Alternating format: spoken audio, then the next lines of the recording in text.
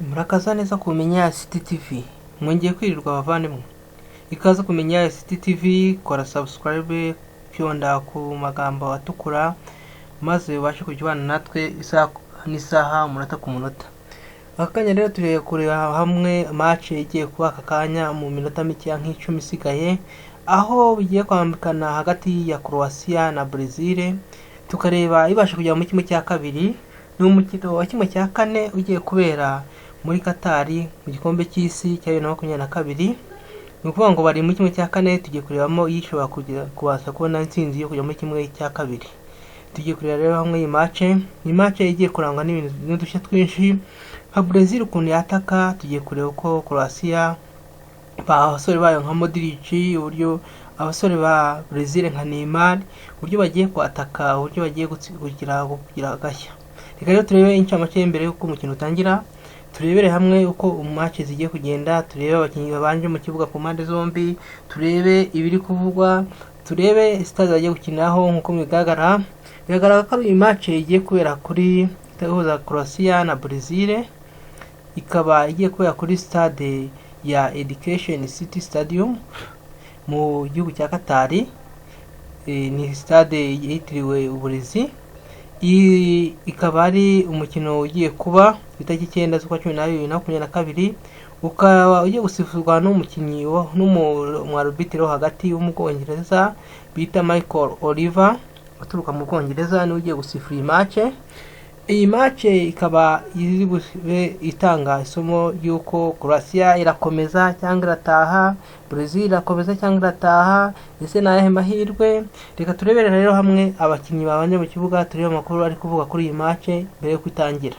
Tubaza kureba nanone nyuma yuko irangira uko amakipe yabashije gukomeza n'yabashije gutaha, nuko byari byitwaye n'uko umukino wagenze muri makeya. Reka rero turebere hamwe uko match abakinnyi babanjemo ese bimeze bite, ni ihagwa amahirwe, ni ihe izo kwitwara neza uko abantu babiteganya. Reka turebere hamwe rero. Nkuko tubibonye twari tuvuga ko Croatia na Brazil zigiye guhura muri kimwe cya kane, zikaba ziri gukina kuri stade ya Education City.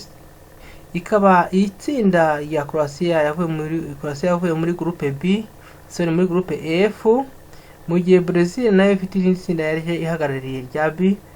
Ubwo urumva ko zigiye guhura kuri kimwe cya kane, zitoramo ishobora kugikomeza muri kimwe cya kabiri. Ese Neymar irakomeza, ese Croatia irakomeza? Tugiye kubireba mu kanya uko abakinnyi bagiye kuba bitwara. Nindi uri gutsindi iyi match hagati, ese ziranganya?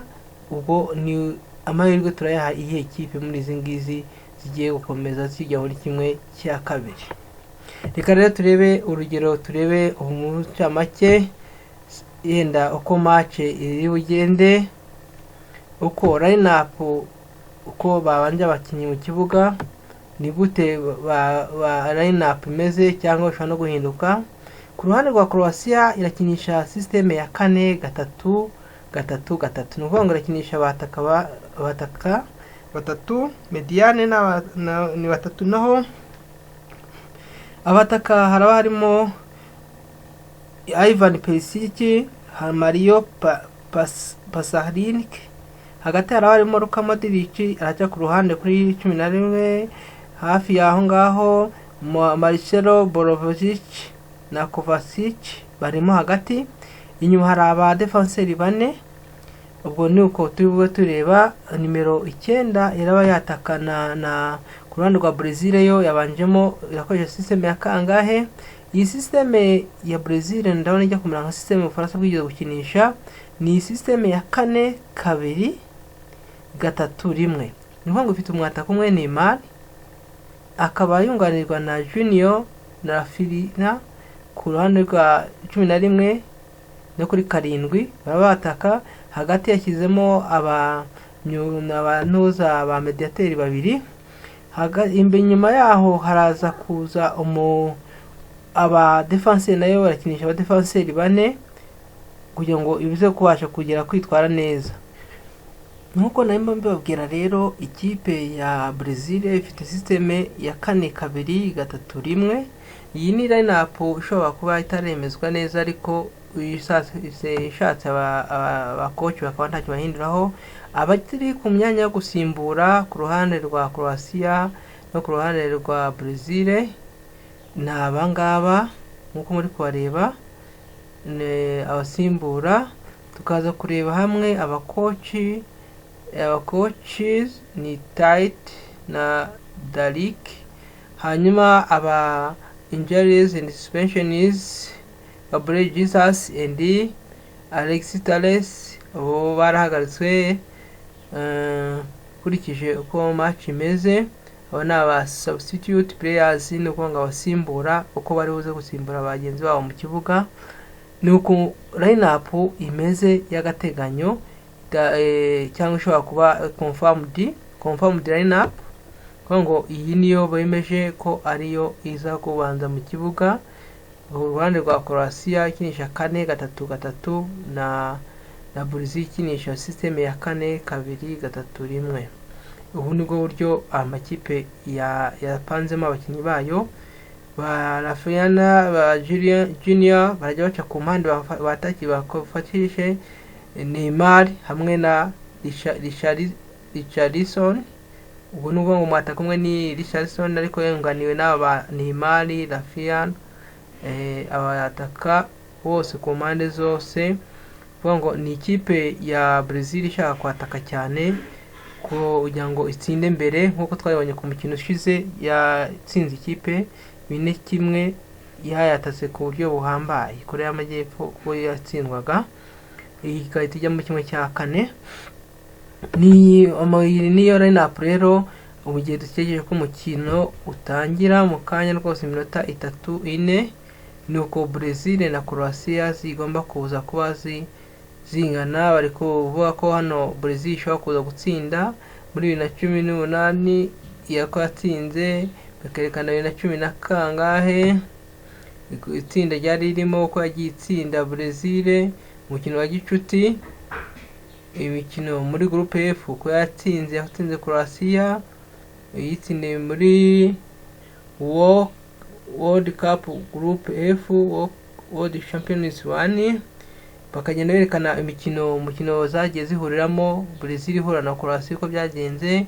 Muri 2005 Croatia na Brazil zaranganyije, match yarangiye ari 1-1 umukino wa gicuti. Muri 2006 Brazil na Croatia, Brazil yatsinze Croatia 1-0. Muri 2014 Brazil yatsinze Croatia ibitego 3-1. Muri 2018 Brazil umukino wa gicuti yatsinze Croatia ibitego 2-0. N'ubu bikaba bigaragara ko rero Brazil ishobora kuza gutsinda uyu mukino. Reka dutegereze ifirimbi ya nyuma turebe ko byitwayemo, ko byagiye bigenda hagati yabyo. Noneho mu hagati ya Brazil turebe imikino igira kuri ngaho uburyo Croatia yitwayemo. Umukino rero gukina na kureshano na Japani. Brazil yatsinze Croatia yatsinze Japani byanganyije, yatsinze kuri penalty kuko umukino warangiye ari 1-1 batera penalty iratsinda Croatia. Muri ku itariki ya mbere z'ukwa 12 Croatia n'Ububiligi zanganyije 0-0. Kuri 27 z'ukwa 11 Croatia na Canada, Croatia yatsinze Canada ibitego 4-1. Kuri 23 z'ukwa 11 Maroc na Croatia zaguye miswi zinganya 0-0. Umukino wa gicuti Croatia yatsinze Saudi Arabia ku 16 z'ukwa 11. Niyo mikino bega yagiye ihuza, nibara tugarukiye hafi imikino igera kuri 5 Croatia yakinnye uko yagiye igenda. Reka rero turebe Brazil imikino 5 kuko yayitwayemo. Muri kimwe cya 16 kirangiza kimwe cy'8 Brazil yasezereye South Korea yitsinze ibitego 4-1 ku itariki 5 z'ukwa 12 niho umukino wabaye. Muri groupe G Brazil yatsinze Cameroon igitego 1-0. Yatsinzwe na Cameroon igitego 1-0, yatsinzwe mu mukino. Muri 28 z'ukwa 11 Brazil yatsinze igitego 1 Suisse. umukino wundi wabaye ku itariki 24 z'ukwa 11 wahuje Brazil na Serbia. Brazil yasinze Serbia ibitego 2-0. Umukino wa gicuti uheruka gukina Brazil yatsinze ibitego 5 Tunisia kuri kimwe. Yatsinze Tunisia ibitego 5-1. Ni ukuvuga ngo iyo ni umukino ku itariki 24 yatsinze mu mukino wa gicuti uheruka gukina. Yatsinze ibitego 3 Ghana mu mukino wa gicuti nayo itsinda Japan igitego 1.